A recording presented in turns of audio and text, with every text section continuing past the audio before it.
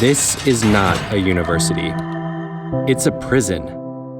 And these men are learning how to code. Give them tools, give them support, they will not reoffend. It's going to change the dynamic of families across the country. We went behind the walls of one of our country's oldest and most infamous prisons to check out a program that's transforming the lives of their students. On average, 50% of incarcerated people in California reoffend after their release. But not a single graduate of this program has returned to prison. Students are coming back to society, and they're also getting offered jobs in successful tech companies. The Last Mile is flipping the script on what's possible for their students when given an opportunity. I look at my life, and every time I was disruptive, I always got punished. But here it is, tech, disruption is celebrated, and they call it innovation.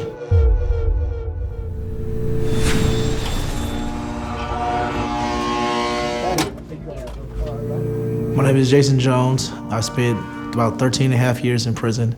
I was getting write-ups, being very disruptive in the facility. From some advice, I got introduced to the Last Mile. It drastically changed my life, drastically. Now I'm the lead remote instructor at the Last Mile.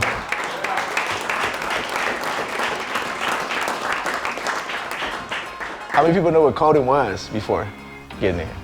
That's real. How many people think this is like a definite job opportunity when you get out? Yes, sure. I like that. I want y'all to know, like, y'all got support. Coding is hard. Work in teams, work together. Your biggest resource, and I tell this to every class, is the people in here.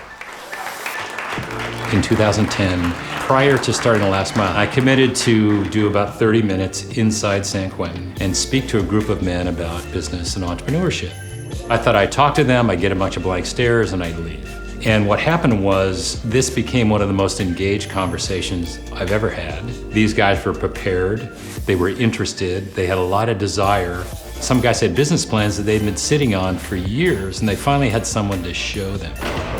Before I started this, I had similar opinions that it was an easy remedy to just lock them up. And we talk a lot about second chances, but many people in prison basically didn't have a first chance. And to be honest with you, Silicon Valley is probably the ideal place for us to start this, because Silicon Valley is all about failure, dusting yourself off, starting over again.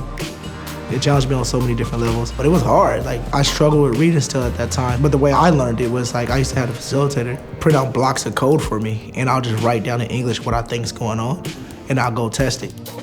The people in the program, this is their full-time job, so they're in the lab at least 30 hours a week.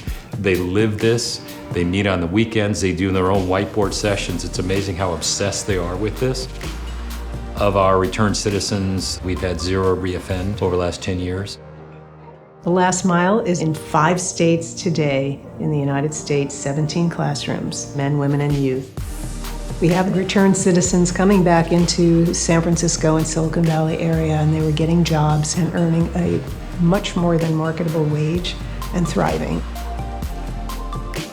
The idea of being able to go through a process of redemption is critically important.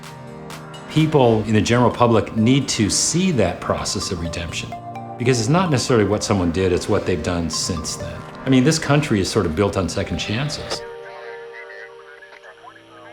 So I grew up with this mentality like the world is against me. At 11 years old, I was in a foster home. I was walking down the street and one of my good friends got killed right in front of me. That same year I joined the gang and didn't have like no remorse for anybody I hurt. I went to prison because I shot someone that molested my daughter. I was really angry at the world. The Last Mile helped me see some potential in me that I didn't see at the time. I just had so much trauma that I needed to unpack and process throughout my childhood that I would just like sweep it under the rug.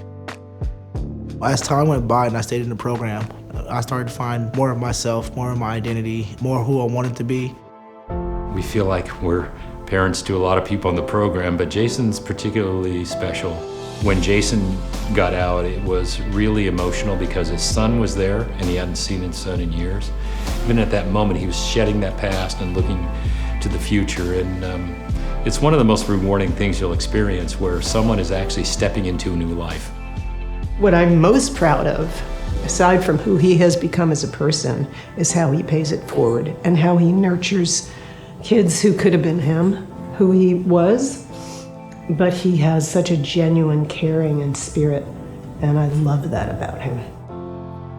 You can change so many lives. Mentoring, showing them what success can look like if they choose a different path. Like so many youth, when I go talk to them, I tell them I'm an engineer, they're like, oh wow, you don't look like an engineer. And if they don't see me as an engineer, they don't see themselves as an engineer, and I think that's a big problem. I can come into these young people's life or even some of these adults' life and then show them something different than what their norm and in their world is. You know, my time on earth, did I make more room for people or did I take up space for people? I want to be able to say I made more room.